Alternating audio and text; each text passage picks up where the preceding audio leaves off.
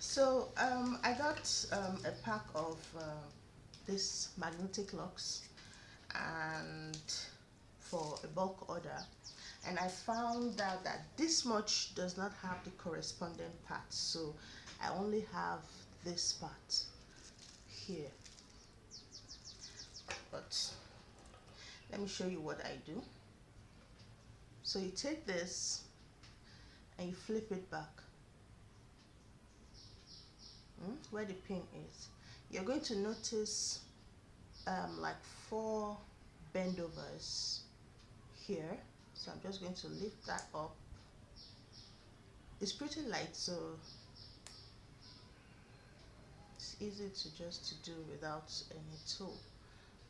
And then I'm going to lift this away from it. So you see, I now have the corresponding parts that can go with this.